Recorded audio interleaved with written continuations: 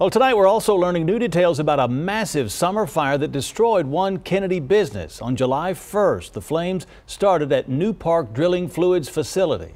Heavy smoke forced residents nearby to abandon their homes.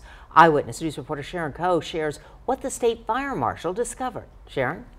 Deborah and Jeff, while the cause of that fire was ultimately undetermined, the report reveals what likely made it more difficult for firefighters to put out the flames.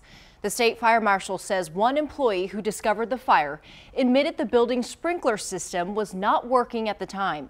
He says since it kept leaking, they capped it. As for what could have caused the fire, light fixtures or containers nearby were possible factors. Stacks of crushed walnut shells, pecan shells, and cottonseed hulls were other sources.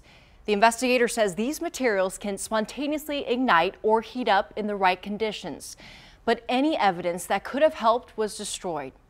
Residents there say they clearly recall the day of that fire. There's smoke billowing toward my door, and I see across the fence over there, there's a sheriff, and he's waving at me. We got to get out of here.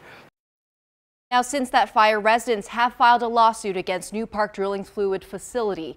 They say the company was negligent and the fire exposed them to dangerous smoke. Sharon Coe, KENS 5 Eyewitness News.